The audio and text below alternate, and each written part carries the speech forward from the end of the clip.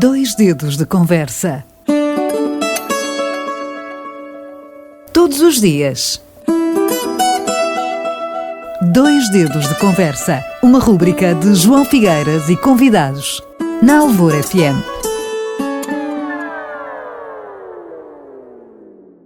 Querubim Lapa, nascido em Portimão em 1925 e falecido em Lisboa em 2016, já pode ser apreciado até 27 de abril em duas salas do Museu de Portimão. Esta é a maior exposição de sempre sobre o pintor ceramista.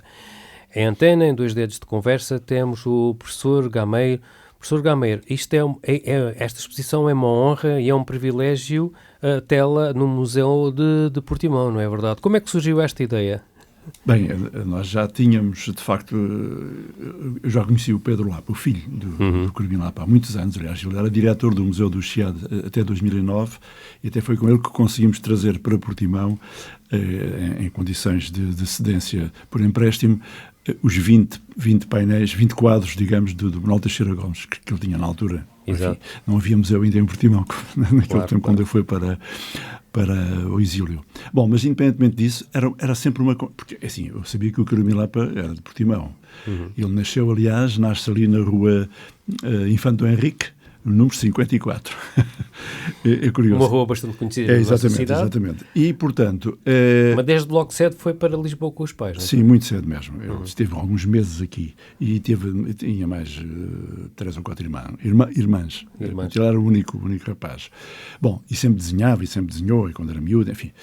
E, de facto, vai para Lisboa e depois vai para a Escola António Rui, depois vai para a Escola de Belas Artes, enfim, e depois relaciona-se todo, começa em 45, daquela fase do neorrealismo português, e ele é, de facto, e nesta exposição, isso é no primeiro piso. E ele era muito experimentalista, não era, professor? Atenção, ele foi evoluindo sucessivamente. Ele de facto, começa no neorrealismo com a pintura, em 45, mas depois avança para uma série de outras áreas. Mas em relação a esta exposição, de facto, foi muito importante, não só a questão da família, portanto, o próprio filho, Pedro Lapa, a viúva, Susana Barros, e também a Sofia Nunes, como historiadora da arte, e foi a curadora também da exposição, e depois, claro, toda a equipa do museu e tudo isso. E, de facto, nós somos recebidos à entrada no átrio do museu com um painel de azulejos com 7,5 metros de largura, não é? Bastante grande e que nos enche muito E existe aqui uma particularidade relativamente a este painel, não é, professor? Sim, este painel surge de uma forma até, enfim, inesperada, digamos assim, porque assim, nós não sabíamos da existência dele, não é? Sim. E foi o antiquário Mário Roque, de Lisboa, uma vez me telefona a perguntar se eu era do Museu de Portimão, que tinha um painel assim do Querubim Lapa, se nós estávamos interessados. Claro que eu não conhecia o painel, não fazia ideia ainda, e pedi-lhe apenas que me enviasse uma fotografia para ter uma ideia, a dimensão e também, eventualmente, algum valor que ele entenderia. Soube mais tarde que também havia outro museu que estava interessado naquele painel. Exato. Bom, mas felizmente, depois de irmos a Lisboa ver o painel, de facto eu propus que a Câmara comprasse. Isso foi, de facto, parar a bom porto. O executivo, nesse aspecto, foi bastante...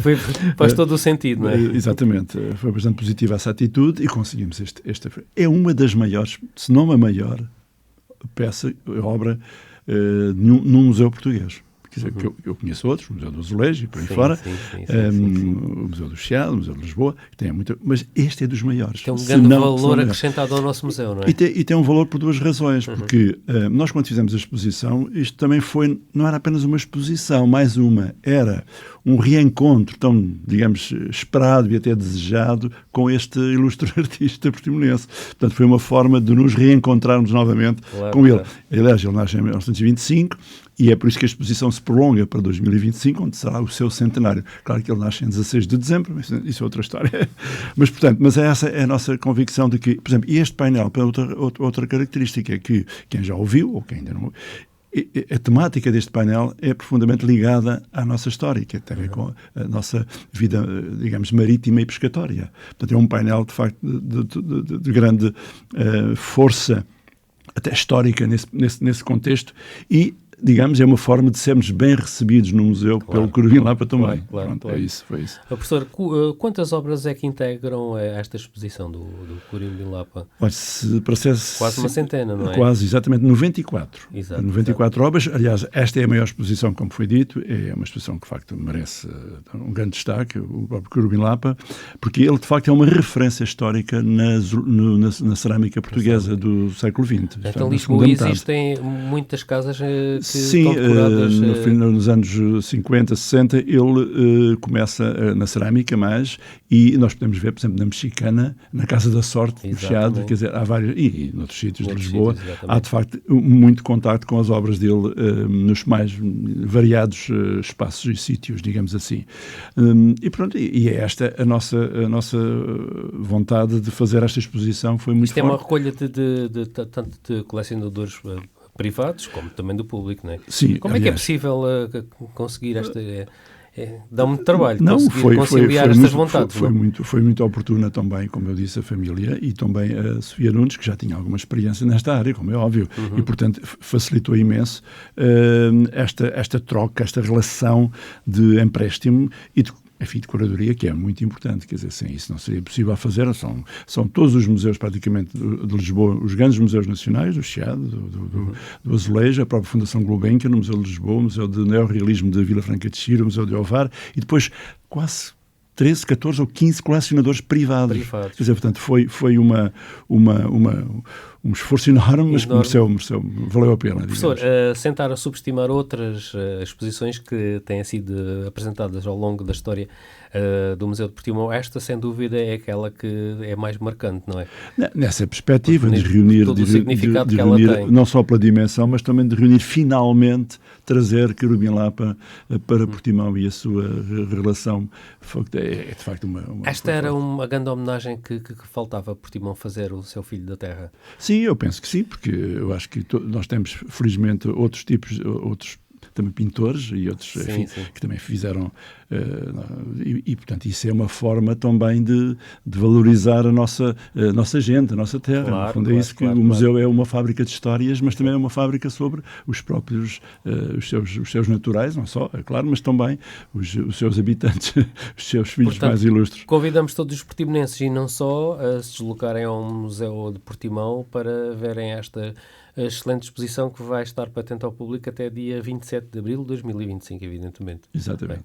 Há mais alguma coisa a acrescentar, professor?